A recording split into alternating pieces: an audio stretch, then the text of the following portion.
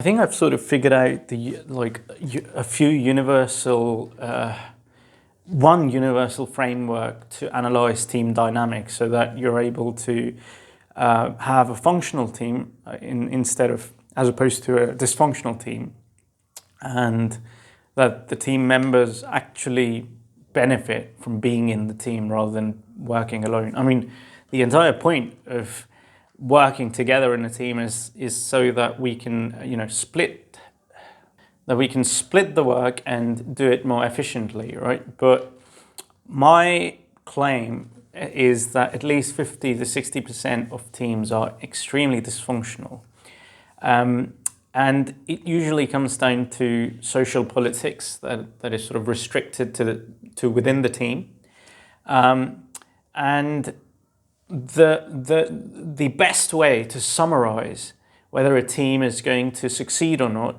is whether a majority of the team members are engaging with each other in good faith. So if they're engaging with each other in bad faith, the team is more or less likely to not succeed. Maybe one person out of that team might succeed. And when I talk about success, it's just like being able to perform with respect to the metrics that organizations use to sort of rate them.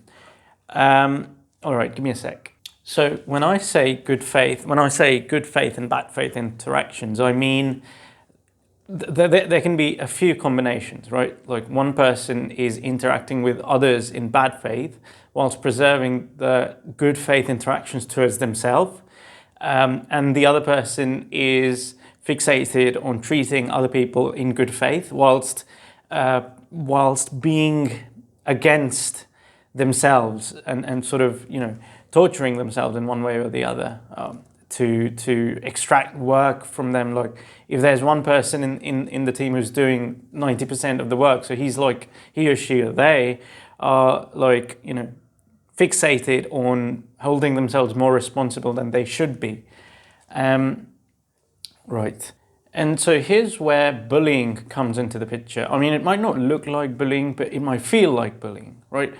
Bullying is when one person is contemptuously engaging in bad faith, with you.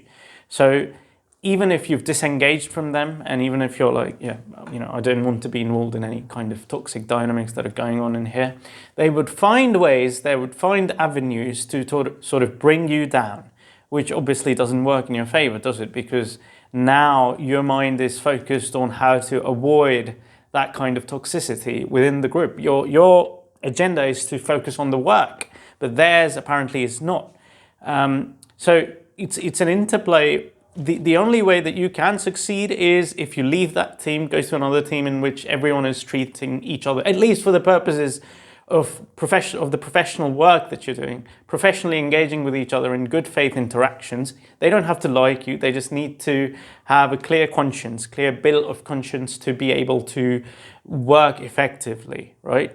Like, for example, I remember this one time that a group of people who had bullied me in school, there was one guy particularly who's, he'd said something in the computer science class about solving a problem in a particular way. And I was quite impressed with the way that he sort of, the solution that he came up with was quite impressive to me. And I was like being enthusiastic and sort of not congratulating, but just being over enthusiastic, a bit over enthusiastic, I suppose. But I wasn't enthusiastic. And one of the other members, so this is like the context being that this was a group who had bullied me in the past, but now I was trying to engage with them in good faith, or with that one person in good faith.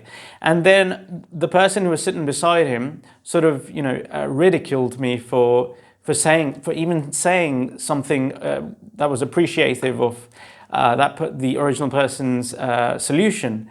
And like, why would you do something like that? I mean, I'm not mocking anybody. I'm just showing enthusiasm in the brilliance of what the solution that the other person had come up with.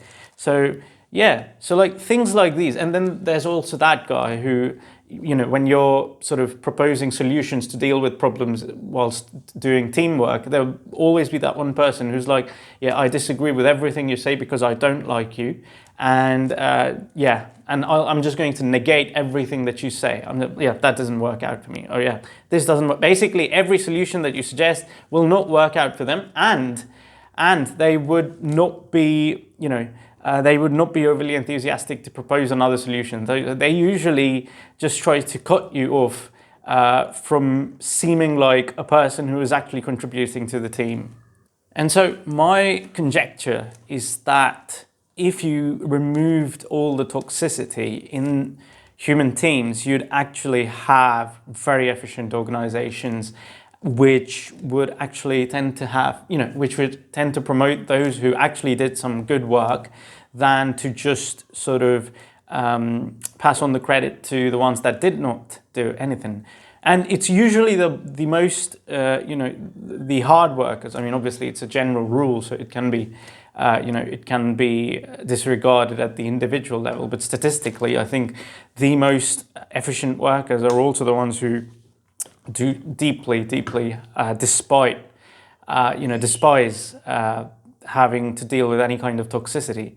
And so it's like, okay, so the question now becomes, okay, how do I select teams that build, in which the members build each other up?